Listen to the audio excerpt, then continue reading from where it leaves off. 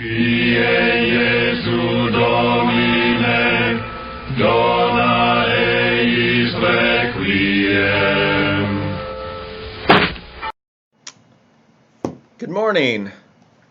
Happy Sunday, everybody. And as you can see from the bags under my eyes, it was a bad night at the household for Puppy.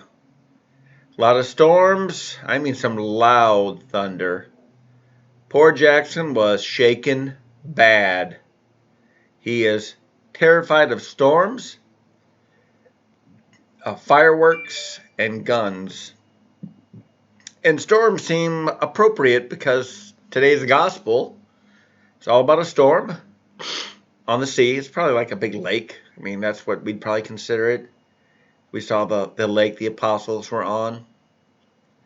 And they are fearful. Even though 4 of them, at least, maybe more, are seasoned fishermen and know how to handle a boat and know about the water. And they are fearful. And in the middle of the night, who do they see walking towards them on the water? Jesus.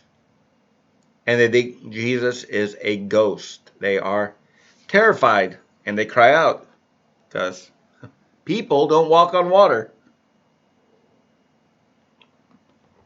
And Jesus assures them with his voice. That's one of the things the Lord always does.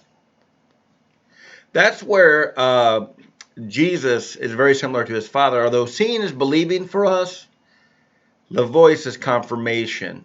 And that's why God the Father has no images. You have to listen to him to confirm the relationship with him, that it is him speaking to us. They hear the voice of Jesus because they didn't believe it was him. They thought it was a ghost. And we have this great line where Peter says, well, Lord, if it was you, command me to come to you across the water. And Jesus says, come. And you think of what that one word, that command, carried with it. Was it a quiet come, like you can do this, and Jesus has his hands out like we would for a child when they take their first steps? Is it more the commanding voice of like your captain who says we're gonna charge over this hill and we're gonna take it? Is it the voice of someone who loves you tremendously and is beckoning you to them? I don't know. I mean, those are all ways to imagine the voice of Jesus, even if it was a whisper, because he is God and Son of God, it can be heard. But I often think it's authoritative. Like he says, come, and puts his hand out. And yet there's that assurance too. You know, there is a sternness to Jesus that he reserves to the arrogant, to the possessed, to demons, but not to most people. He looks on the rest of us with compassion and at times pity, because we are such a miserable mess. And surprise, pardon me for the sniffles, I really need to blow my nose. Peter gets out of the boat and walks. And that's amazing.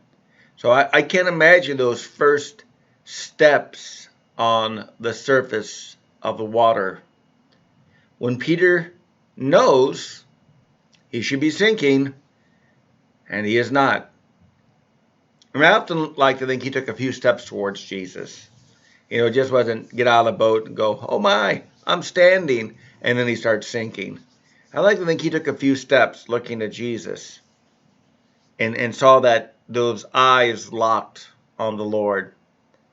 And then, just for a moment, he realized what was happening. He looked around. He realized the wind was blowing. The water was splashing up in his face, water underneath his feet. And he faltered. And he went down. And Jesus, I think, asked in surprise, why did you falter? Why did you not believe? And I don't think the voice of Christ is there chastising Peter. He is asking to understand, why is your faith so small? Why is your not trusting in me so little? And he says that I want to think more out of curiosity and an invitation to grow and awaken rather than chastisement. Peter got out of the boat. The rest of them didn't. I always focus on that. We all want to focus on, oh, he's sunk. Well, the rest of them didn't even get out. So, hey, happy Sunday, friends. And pray for me, and I'll pray for you. God bless.